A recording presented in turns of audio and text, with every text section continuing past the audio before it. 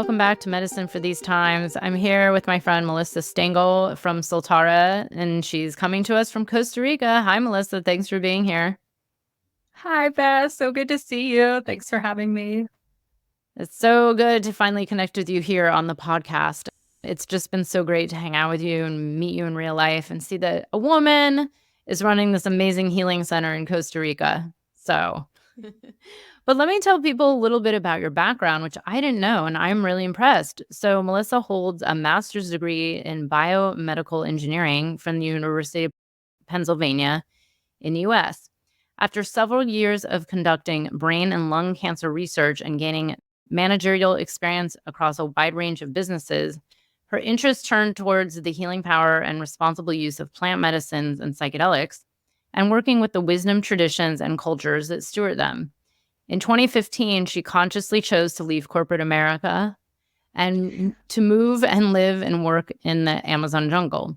Melissa has since used her background in engineering, science, and management to help advance the plant medicine and psychedelic movements, first by managing a top-rated ayahuasca center in Peru, and now as founding partner and COO for Soltara Healing Center, an ayahuasca center working with Shipibo healers in Costa Rica and Peru with a focus on integration. She's also co-founder of the Soltara Community Platform, a conscious community platform centered around holistic healing and plant medicine preparation integration. She serves on the advisory board of Elected Leaders Collective and collaborates with multiple organizations in the fields through her work at Soltara, including Shakruna Institute, Amazon Watch, Indigenous Reciprocity Initiative, Imperial College, Johns Hopkins, New York State Psychiatric Institute, Amazon Rainforest Conservancy, Heroic Hearts Project, and many more. And more recently has been working with other centers in Costa Rica to form a national alliance of ayahuasca centers to support the implementation of frameworks for ethical standards, approaches, education, and political advocacy. She's passionate about using her technical, managerial, and problem-solving skills to help bridge the gap between the Western world and the incredible healing potential of plant medicine, their traditions, and a holistic approach to health. Wow, Melissa, I don't know why I didn't know about your amazing corporate America. Like, I come from corporate, so I do that every time someone's on this podcast that's like left and went the opposite direction. But I would love to hear your story. You know, you were doing cancer research and working on the brain. Like, what was your original career path? And then how did this whole ayahuasca path come in? Yeah, thank you so much. I forgot I sent you like the long form of my bio. So I love it. thanks for Good thanks stuff. for reading that. Yeah, I definitely like to joke that like the plants recruited me because my life was going in a very STEM field direction. And I was always really interested in healing though. Like even in biology was my favorite subject. And that's where I got really interested in, what could go wrong in the healing process, which, cancer research was a big piece. So I did lung and brain cancer research. And we also worked with like nanotechnology to try and hone in on different forms of treatment for brain cancer. And, for me, that was kind of my interest of like, okay, what does healing actually mean and how can disease happen and, what goes wrong within the body?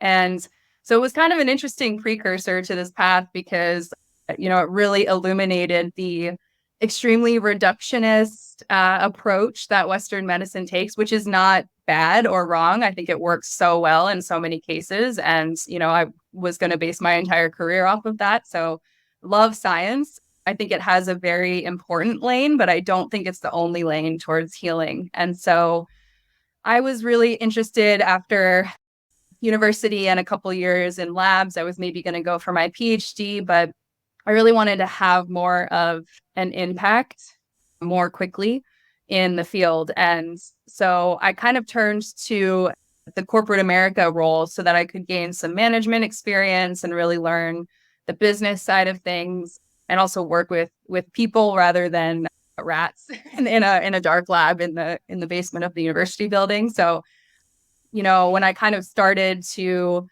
enter the sort of management role, I knew that it wasn't going to be something that was, extremely exciting, that I was extremely passionate about, but I also had a huge amount of college debt from UPenn, and I knew I needed the skills. So right before I started that corporate job, this was back in 2013, I was looking for just something to do that was, a little bit different, that could help kind of orient me to this path and just this next chapter of my life. Ayahuasca wasn't specifically on my radar.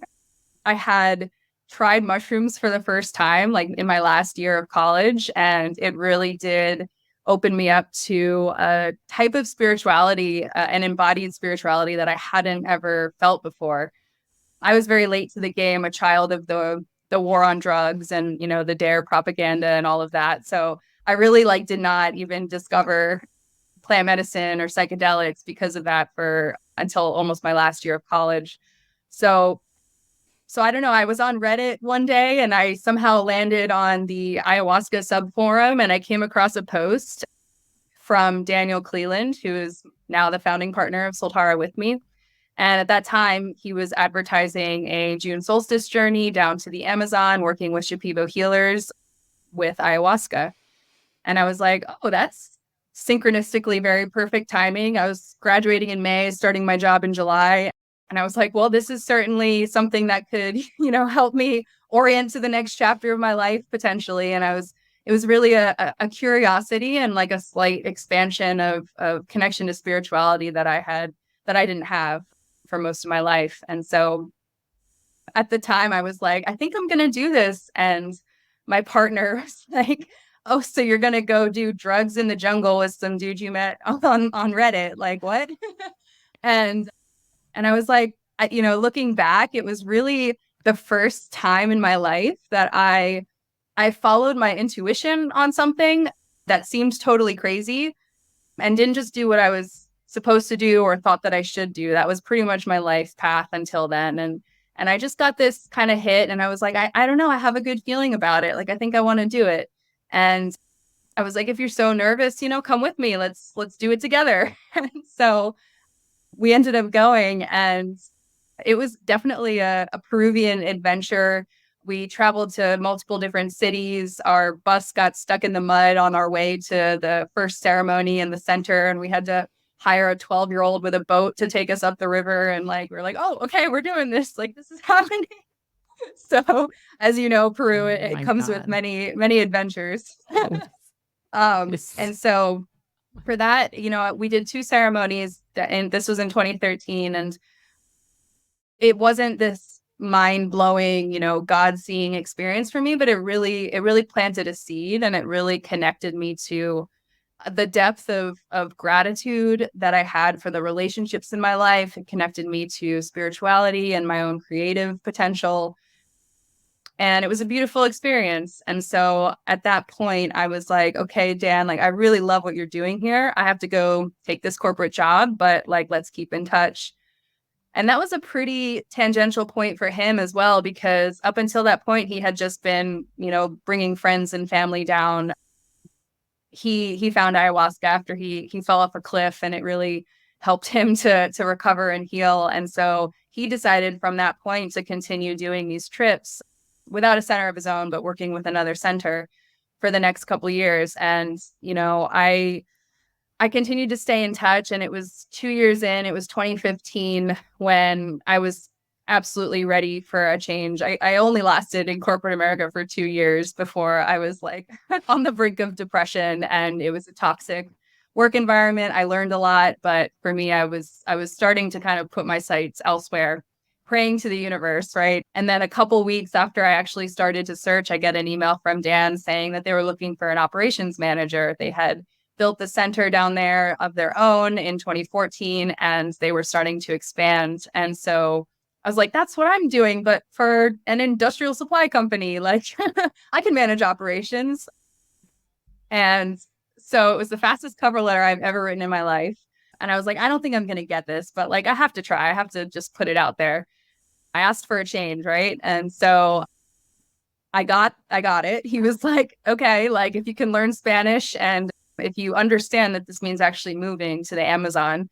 I was like, yes, and give me 2 months. And so quit my job, lovingly ended my relationship. It was time for that anyways. We're great friends now. And he sent me on my way. And yeah, I managed operations down there for a couple of years and really got to work with Shipibo healers, do some dietas, go deeper, and really understand how a retreat center who works with indigenous healers, with Shipibo healers, could run.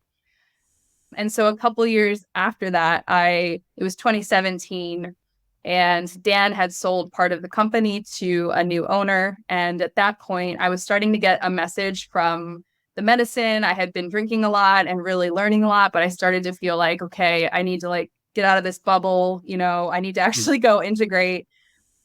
That medicine was like, I'm not giving you any more answers. Like, you need to like take this and do something with it. So I went home to California, and I started to feel in that particular center like we had a lot of different medicines and different traditions. So there was Shipibo was kind of the main ayahuasca retreats, but then there were also San Pedro, there was Bufo. By the time I left, there was like cacao and hape and cambo, and it was just like a lot of different medicines and traditions. And for me, I just started to feel like I wasn't super aligned with that anymore.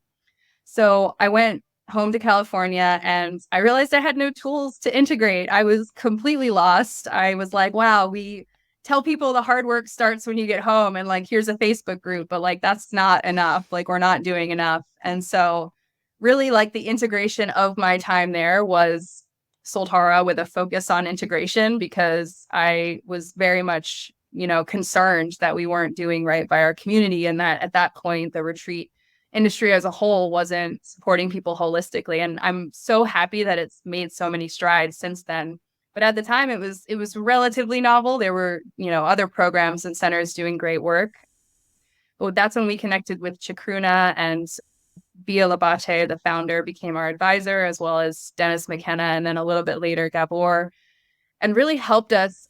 Oh, and Clancy as well, Bia's partner. And between the two of them, they also really connected us to psychologists who had plant medicine experience, and helped us to really develop an integration program that was more holistic. And so Soltara was really built on only working with ayahuasca, only working with Shipibo healers, and then a focus on really like the preparation integration, the before and after care.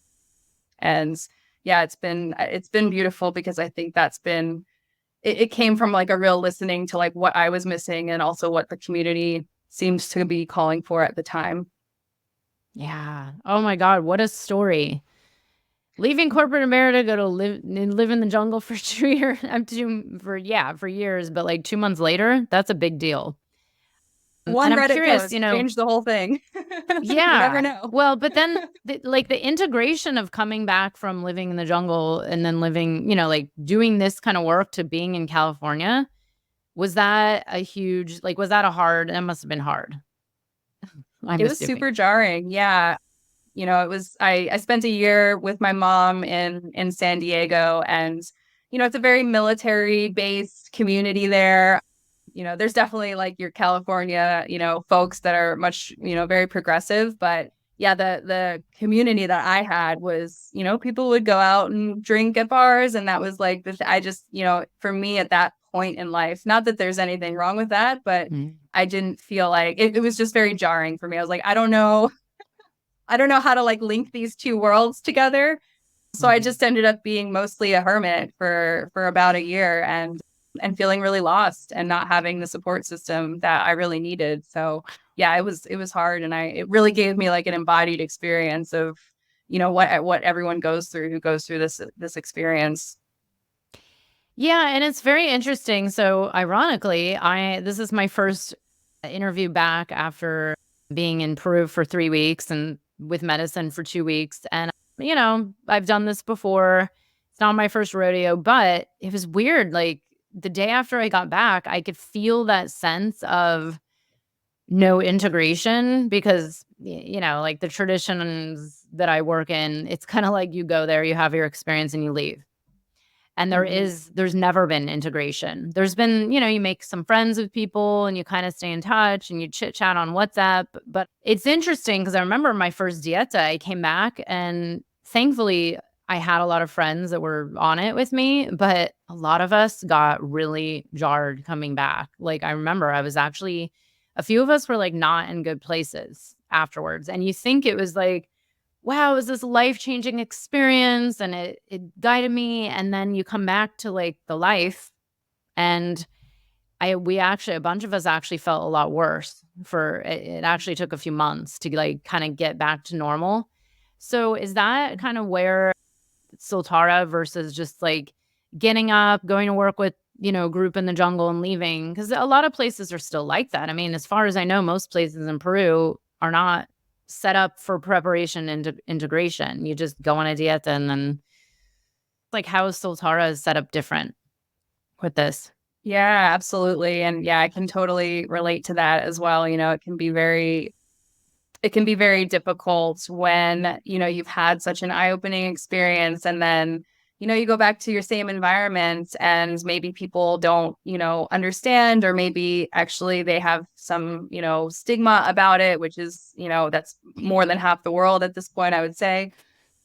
And so, yeah, we've actually recently partnered with Nectara to support a full year of preparation and integration support surrounding the retreat journey. And this has been a really cool collaboration because they support other retreat centers, and it's an online community and psychedelic preparation integration. So we're more on like the wisdom tradition plant medicine track, but they do offer resources and support holistically, right, across the range of psychedelics and then across the range of modalities.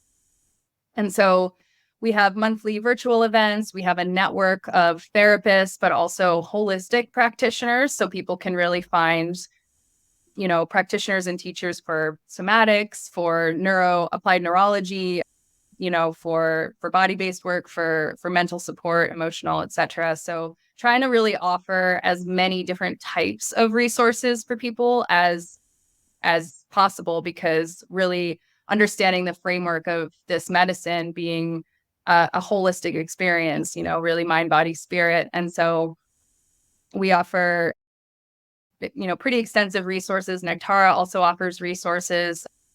We have a library and a network for also reciprocity. I think that that's a really beautiful and important part of this, because we're all connected and it's, paying it forward. There's so many great organizations doing good work in this field. And we also offer like 3 months of dedicated follow-up resources, which kind of track the integration journey. So for example, 2 weeks after, maybe the post-retreat dieta restrictions are kind of easing. So how do you really listen to your body and check in with yourself when it comes to your diet and take things slow?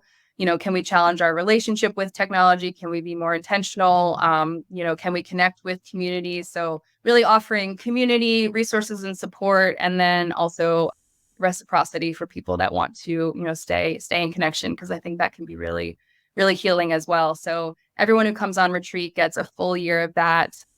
And post retreat, we have monthly free integration circles with a Soltara therapist with plant medicine experience. Oh, nice. Oh, this is great, because I've had this joke that the day you break the dieta, like 2 weeks later, it's like the shit hits the fan. And I've tested this and I'm like, "Wait, why is it that you might feel good for a little while, and then, like, the second you break it and come back fully, it's like something will come up." And, I think the integration, and I know because 'cause I've had a lot of clients who are integration coaches, but I personally feel like the integration from these big ayahuasca experiences is very different than just, not to diminish any work, but different than, taking a little half a gram of mushrooms and hanging out with your friends on a hike. It's a very different experience to go somewhere and do, 3 to 5 ceremonies or deep dive or go into the jungle. So I love that you're offering this, and you mentioned these other modalities, which is also very important to have, these psychedelic informed body workers or holistic practitioners or somatic therapists. So Yeah. I am a big fan of that. Yeah.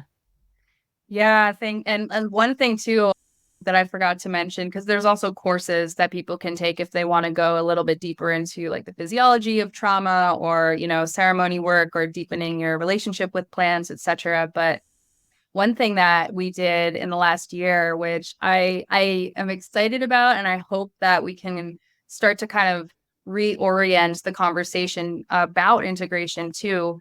We created a 12 module program for actually supporting the friends, loved ones, family members, interweaving children into the experience through creative practices. And children understand dreams. Like sometimes your ceremony, like how do you kind of bring your close loved ones and family members into the process? How do you create like an intentional ceremony that contains the ceremony, where you're maybe letting go of things or really honoring what has gotten you as a family or as a partnership to this point? What are some good like couples communication practices? How can we support the witness of the experience? If you're with a partner or a loved one, they're going through their own process as well, and they're also probably they're within your sphere of influence, taking on the extra responsibilities, or maybe it's like your work duties, and also witnessing and perhaps being scared or nervous about the changes that they could see within the relationship as a result of your transformation. So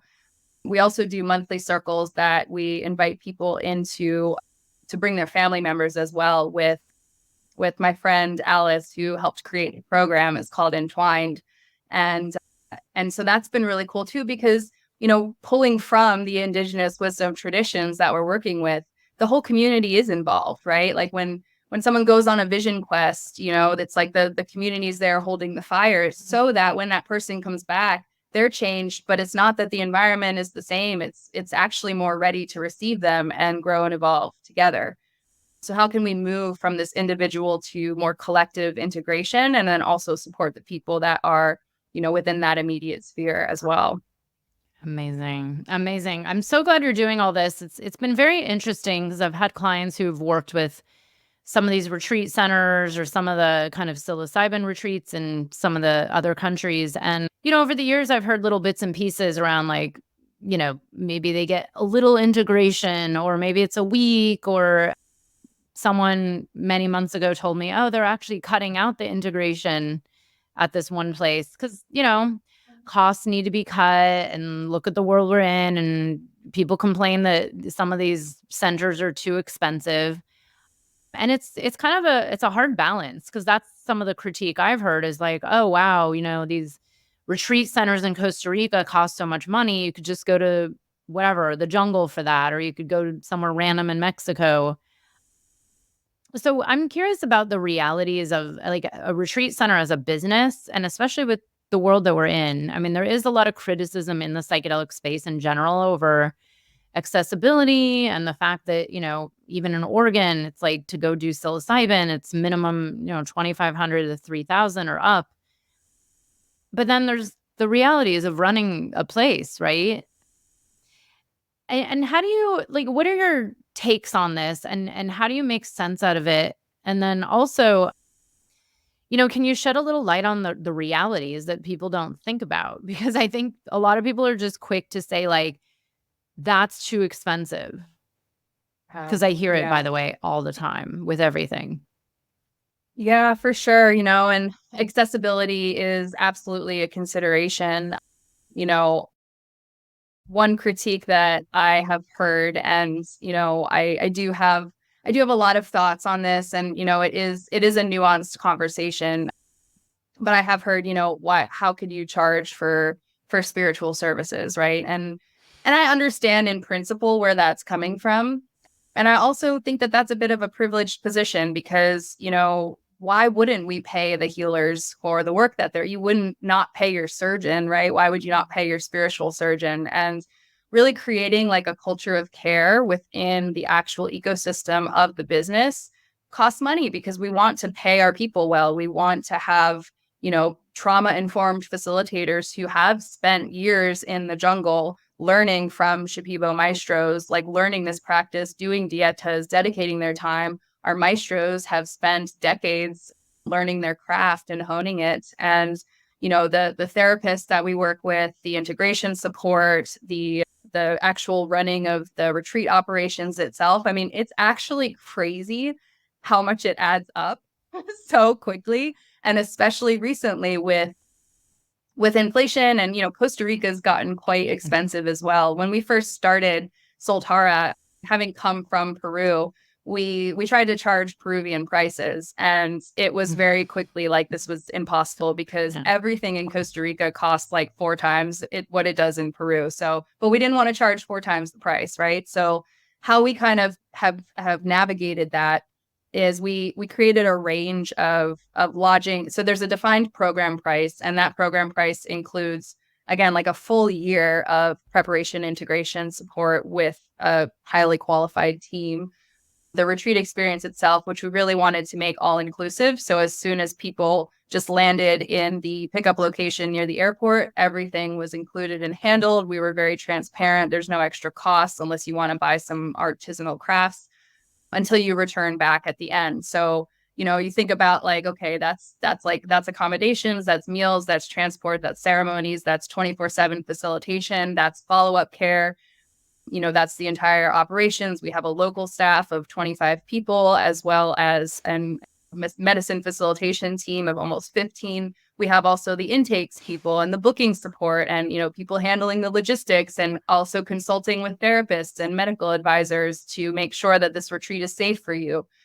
Building, a digital presence, right? That takes investment as well, and continuing to feed into that ecosystem and support the community so that it's not just, you come for the retreat and then we forget about you. Like, we want to continue to nurture these relationships. And so, yeah, none of us are driving Rolls Royces. Like, none of us are, flying in private jets. It is not, we're all doing this from a place of service. And, we might as well be not for profit because we haven't all profits have been, reinvested or given as reciprocity into projects, because we do have a right relation fund and we want to contribute to, our Shipibo maestros' personal projects that they're doing. And, we often, the thing to consider too, especially when you're working with, I'll just speak from my experience, you're not just entering into like a transactional economic relationship with the healers, right? You're really actually entering into a relationship with their family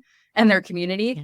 And so you can't, it's like the money that comes from this for them is not just for them. And there's a real relationship building there, as I'm sure and so that's, we pay for medical expenses sometimes. We handle all of their flights, all of their logistics, and so, yeah, it adds up, it adds up a lot. So you're really not paying so much for the cup of medicine itself. At the end of the day, you're paying for the entire, holistic experience.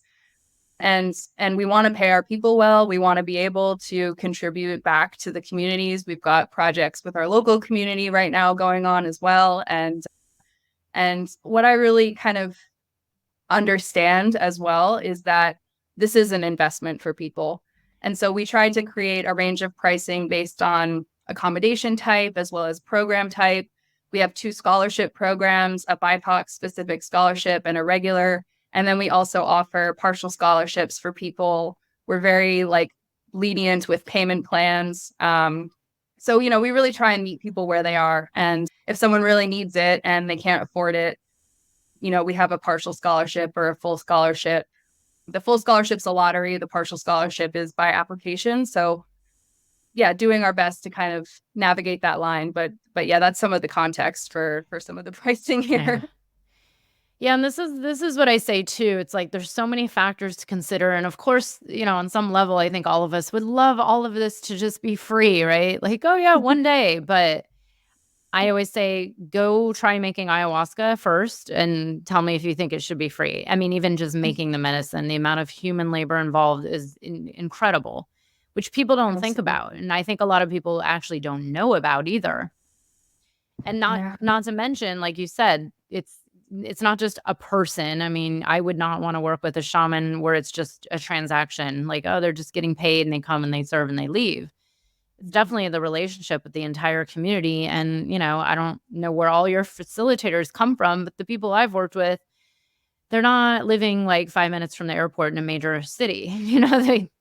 It's like the boat, the long car ride, the airplane ride, the other airplane ride. I mean, it's, it definitely adds up. So it's just something that's so interesting in this space, to talk about money and there's a lot of criticism around like who this should be for, and maybe it shouldn't even be done in other places outside of their home. Have you heard that one before? I'm curious how you answer that. Like, you know, if it's Shipibo and they're based, wherever outside of Pucallpa or wherever they're located, like you should only go do it there where they live. And then I've heard people Mhm. say this isn't even for white people to do in the first place. I'm curious, Mhm. like, how do you guys react to these kind of critiques from what I call the psychedelic police who tell you how to do everything? Yeah, for sure. I think that oftentimes when I hear these arguments, I really question if the people that are making these arguments or accusations, and maybe they have, but they haven't worked with every single Shipibo maestro out there. I can guarantee that, right? And so our healers actually like want to travel, and several of them travel all over the world actually, and go to Spain and go to Mexico and actually, go to other countries to serve their medicine, and they want to do that. Like, why would we take agency away from the healers if they are interested? And actually, for them, like in conversations I've had with the maestros I've worked with, so I don't want to like paint all the healers with one brush, but the maestros I've worked with, like for them, we really work with family lineages. And for them being able to travel and see the world and come here and like go swim in the ocean in Costa Rica and like travel around this country and, get paid to do that, and also show their children, hey, like maintaining your own cultural tradition, this is a viable path for a life that can support you. That's been huge, because what has been happening in recent years is that a lot of the younger generation of Shipibo children are looking to get out into the Western world, right? They want to go to Lima, they want to get and they're that cultural tradition is actually being lost, and it's an oral tradition. And so to really maintain that and preserve that culture, several of our healers are actually setting up intercultural schools to be able to not only pass on their knowledge to the next Shipibo generation, but also invite foreigners who want to learn more about their culture. And so it's like a real opportunity for an intercultural exchange. And so I sort of question, like, have you talked to the healers that you're talking about, and like, what is their perspective? Because, you know, in such a way that it is a reciprocal collaboration, right? That we're not just creating this like transactional relationship, or we're not trying to, overly adjust or change the structure of how they want to do things when it comes to the ceremony, right? So even that is a collaboration, because every healer has their own preference and for exactly how they want to work. And so, we'll work with them, but like we do have to agree on a set structure within the container of Soltara, so we can make sure every person gets an Icaro and, things like that. So there's a collaboration, but as much as we can, we really like allow them to do their jobs in the ceremony space, and really work together to create something that has a strong container, but we're not doing anything outside of the ceremony in terms of programming that's going to be contraindicated with their work. We're not inserting other traditions and things like that. So of course the how is important as well, but I think these kind of assumptions, or sort of like this blanket statement, like it should or shouldn't be done Yeah. this way, I think that actually takes autonomy away from the healers that are bringing forth this work into the world, and Mhm. perhaps the plants as well, right? We don't know. Yeah, and so many good points there, and I'm even that perspective of like keeping these wisdom traditions alive, because you're right. It's like the young kids, especially some of these towns. I mean, for people who haven't been to some of these places, it's like tiny little villages on rivers that are very inaccessible to major areas. And yeah, the new generations do tend to just get up and leave. It's kind of like these lost languages and these lost cultures. And so you have a really good point there. I'm curious, do they, because this one's another one I've heard with ayahuasca a lot around, keeping the medicine in their country. And you said, a lot of them travel, and the people I've worked with travel all over too. But do they, because the people I've talked to over the years say, you know, their perspective is the world needs healing and the world wants healing. So why not share this medicine more?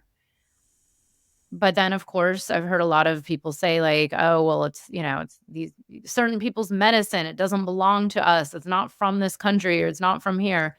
But the wisdom keepers you work with, do they also share that sentiment that like the world wants this, the world needs it, the plants are eager to give, like what is their perspective on like healing the world? Yeah, for sure. I mean, I'll kind of like summarize, general consensus that I've felt in conversations with them, and that is that the world is very sick. The world is very sick right now. It's out of balance. I think COVID was a great example of that. Like there is something out of balance in the world right now, and it is hurting us collectively. And these medicines, like they've trained to be healers. Like that's their profession, that's their, calling and their path. And that is the goal of how they want to work with this medicine. And so, of course it's wonderful. And I always encourage people, like, if you want to go deeper, absolutely go to Peru, like absolutely go to Colombia, like go where the medicine is, because you're going to have that energy of that land, right? And that deeply rooted knowledge and experience. And I think that's absolutely beautiful. I mean, most of our team started in Peru, and bringing it to Costa Rica, it was a very intentional decision because I think the land here is just so healing in and of itself. I think the country really like embodies a lot of the values of the medicine. They're very conscious about the environment. They're very socially oriented. And then also, I think there's an opportunity here to make things more accessible for people who maybe really, really need that healing, but may not be able to go all the way to the Amazon. Maybe it's just inaccessible for them. So, kind of being in this like center point of Central America, really bridging North and South American, understandings and frameworks of healing and expansion has been a beautiful opportunity. And if people want to go deeper, then of course go up the river in the Amazon and work with that. And like this kind of ties back to, that point about cost too. Like there's so many different levels of accessibility. If someone wants to work with the medicine, they can go to Peru and find it for extremely, low cost. They can find a maestro and, but you're not actually, again, paying for the medicine. You're paying for the container that's created around it. And so I think that's where, there's a whole spectrum of options, and different, options are going to be accessible for different types of people. But for sure, I mean, the healers that I've worked with, they want to share. They want to share their knowledge, their culture, and their medicine, and help the world, because things are crazy right now. It's not good, and it's hurting everyone. And that's what I've heard over the years too. It's like, well, if this is here and people want it and need it, and the plants, I think I've never, in my experience, I've never had the plant communicate in a way where it's like, oh, no, I don't want to help you, or I don't want to help certain people. I only want to help some people and not others. I mean, I've never heard and never even heard a story of a plant doing that. So, these plants I do believe are allies, and we're in relationship, and yeah, and hopefully if we can bring things back into balance, it will be better for the plants, for the earth, for everybody. So thank you for sharing that, because I've asked that question to a lot of people and everybody's shared the same answer, but it's just so interesting because there's a little, I always say it's the minority of people out there. They very often will project and say like, indigenous people say that this medicine is theirs. And I'm like, well, where did you hear this? Because I have yet to meet one indigenous person that has said that. Yeah, and that's this other kind of trap, I think, that people can fall into, where it's like indigenous people say that, like that is such a broad, like there's so many, even like within the Shipibo communities, if you ask the same question to two different maestros, you're going to get two different answers. And then if you ask the same maestro on two different days, you're probably going to get two different answers, right? So it's very like, I'm very conscious, and I try to be, at least like say that disclaimer when I'm talking about, another culture that isn't mine. And again, of course, how this medicine gets shared and how it goes out into the world is of utmost importance. And are the people that are sharing this actually receiving the benefit from how it's being shared? And, cannot be understated that point. And so I think maybe that's like the nuance, right? Because when that's not respected, when there is no reciprocal relationship, I can understand the anger at that and that, like, how that shouldn't be done. And I can definitely understand that.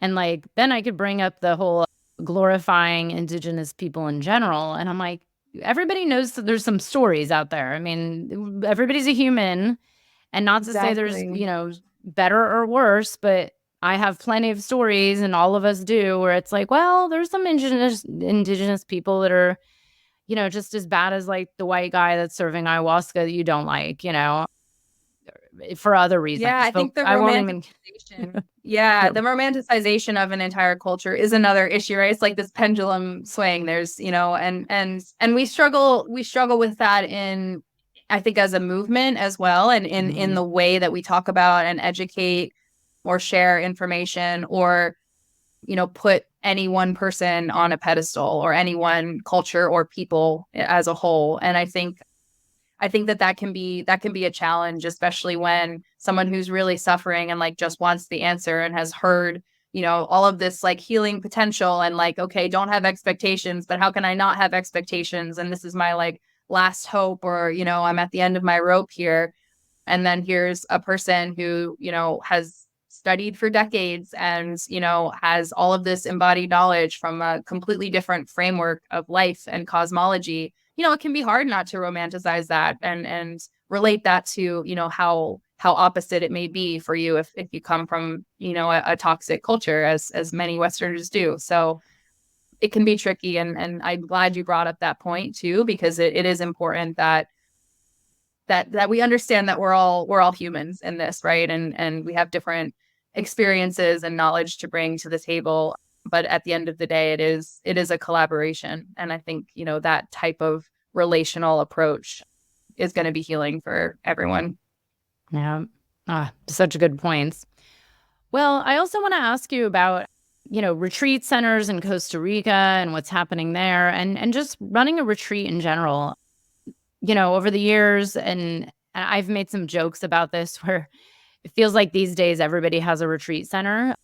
They buy a house and they call it a retreat center, and then everyone dreams of owning one. And I'm like, I've interviewed now plenty of people who are like, it's no joke, it's a reality. But especially down in, let's say, Costa Rica, Mexico, maybe some other parts of, the Central America.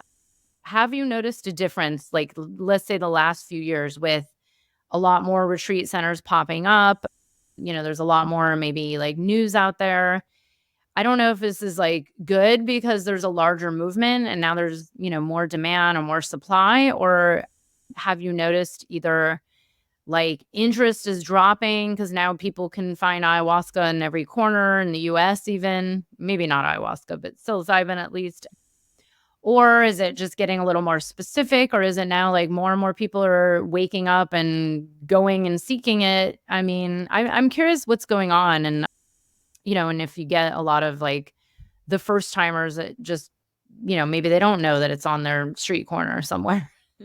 Yeah. Yes. Our mutual amazing friend, Karen, who has been in Costa Rica for 20 years, she and some other centers, and myself included, have started to, yeah, really form a community down here and be like, hey, like, we don't need to work in silos. Like, we have, a bunch of heart-centered people wanting to help humanity. Like, let's start to get together and see if we can help move things forward, also create some, ethical standards and agreements, support with harm reduction. Ayahuasca in particular has a lot of medical contraindications. And so, safety is a big thing when it comes to intakes. And then also work with Costa Rican locals, members of the government, the Ministry of Health as well, and see if we can, continue to move things forward in terms of reducing the stigma here in the country, as it is in many places in the world, and push forward a little bit of political advocacy, although, that's sort of we're still sort of figuring out how to navigate that, because it's not ayahuasca specifically is not illegal here, but there's also nothing preventing it from the government just deciding to make it illegal, right? It's not protected as a cultural heritage like it is in Peru. So how can we sort of gather information? We've just completed a study, a socioeconomic study of the medicine centers here to really support with data to the government that, okay, we're actually providing like employment opportunities, we're bringing in money into Costa Rica, paying taxes on it, etc. So it's definitely been, I didn't realize that there were so many centers here in Costa Rica, and there's varying levels of them. Like some of them are more community based or just like small kind of friend family situations. Some are sometimes eco lodges, sometimes centers. Some just bring in facilitators and healers occasionally. Some are more, defined centers that are out loud about it, like we are. So there's a spectrum, and I think that to answer your question, I definitely think it's like an all hands on deck situation in the world right now. Like I try to stay in the collaboration over competition mindset especially when it comes to this work. And having had the opportunity to meet so many different other people that are doing amazing work, and just how heart-centered they are and really just wanting to help and be in service has really like softened the capitalistic, programming within me to try and be like, we can work together. And like this was part of our collaboration with Nectar, right? It's like none of us has to carry this alone, or none of us has to reinvent the wheel. We're all talking about the same thing and trying to do good work. So for sure, I think, life has gotten more expensive, flight costs have gotten more expensive, inflation's crazy. Like, it's been a hard year.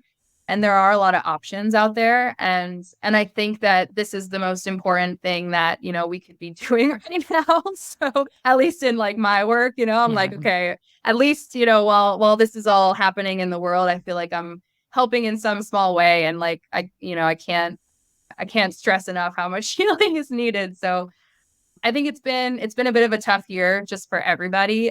And from conversations I've had, I know that to be true. But I'm also, I think, convinced that this is necessary, and that I'm trusting that the medicine and the plants are going to see us through to the other side, because we have a lot more work to do. Yeah. Wow. And I'm curious, do you find that you're getting a lot more, like new people? Because I always get it. I always tell people, look, like even I get still scared to go to the jungle. Like it's scary there. I love it. It's the most beautiful place, and it's so intense. Even where I go, that's like not the jungle and is a little more solid, it's still like not people's vibes. It's like you have to be willing to go all in. So then I think of like, oh, the nice retreat centers in Costa Rica. It's like the place where my mom would go if she was ever going to go in her next lifetime, maybe. But I'm wondering, do you get a lot of like newer people, or the people that are seeking, that just don't feel comfortable doing it in, just random person's garage and, the US? Are you getting a lot of like repeat? Like, do people come back there every, once a year, every 6 months? Yeah. So what was really cool, the difference that was a pleasant surprise for me from managing operations in the Amazon and then coming here, when I was in Peru, I would say it was like 70% men and like 90% people in their 20s and 30s. So it was a very specific, adventurous, right? Just like down with mosquitoes and tambos and, no electricity. And it was, great. When we came here, I was like, I didn't even put this together at first, but actually, over half of the guests that come are like 40s, 50s, and 60s. And we do get people actually in their 70s. Actually, my mom has come twice. So to your point, yes, it's a great place to bring parents. Lucky. Still waiting on my dad. We'll see. Maybe in his next life as well. But yeah, so, and then we do get a lot of women traveling alone. Costa Rica can feel maybe a little bit safer in some cases than elsewhere. And so So yeah, that's and a lot of first timers and solo travelers. I think Soltara specifically is a really good place for first timers just because of the like sort of extensiveness of support before and after. And then we do get return guests, and something that's really beautiful is like people will coordinate to come back with other members of their same retreat group each year. And so about like I would say at least 2 or 3 people every week are return guests out of a group of 20 guests. So, and we're looking of like how can we maybe vary up the programming a little bit more too next year and do some more themed retreats to kind of offer different options. We have other locations as well that have different, smaller group sizes and more jungle immersion.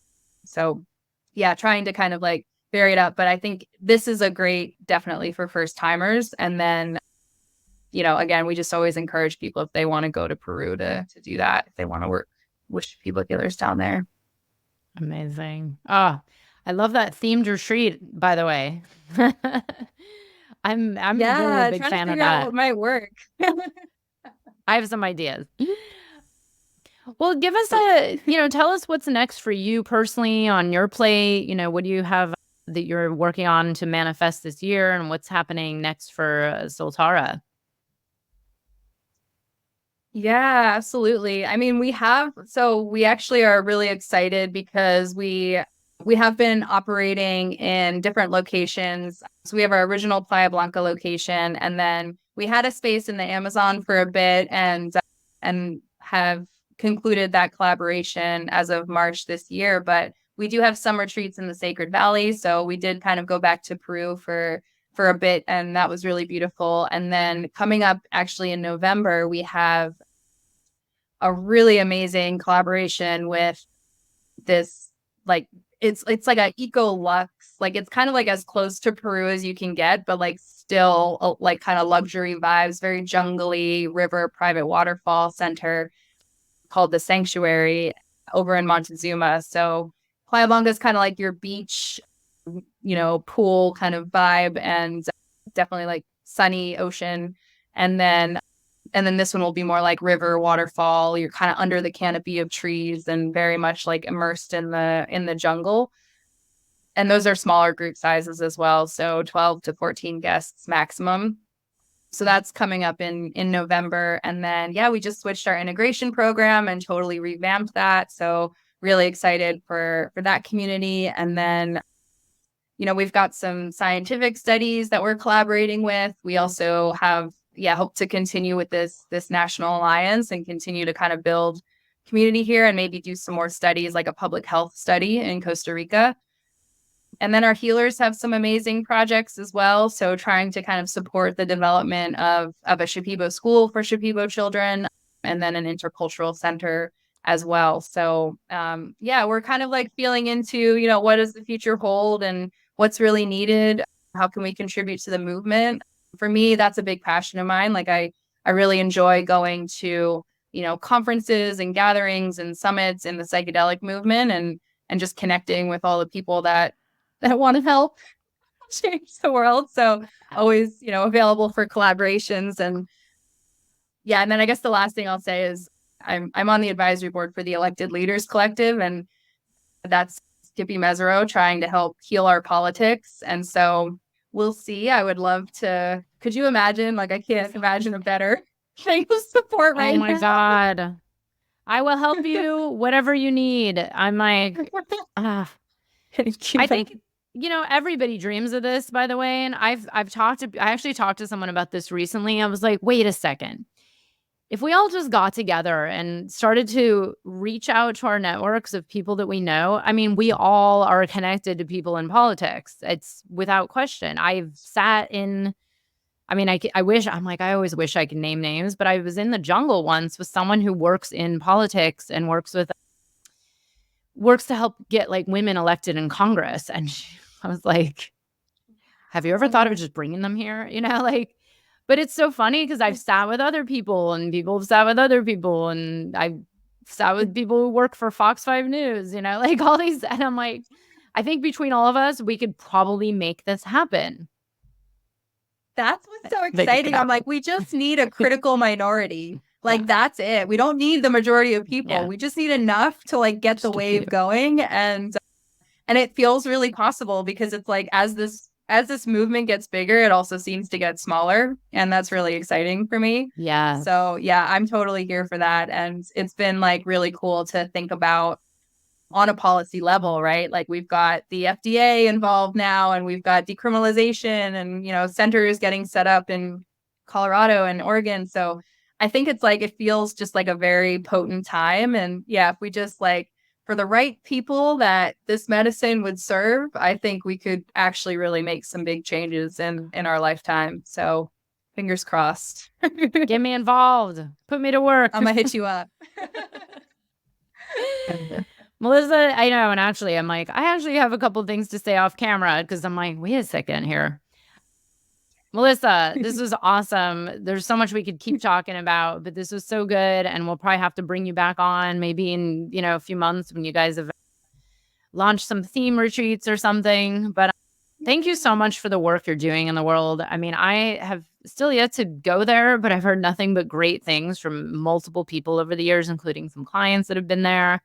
So thank you so much for your work. And yeah, let's make this happen. Let's heal the world. Thank you so much. And thank you for your work and just helping to be a bridge for all of your communities. I know this podcast is wide reaching. The work you do is wide reaching, the conferences you do. So yes, thank you. Go team in this together.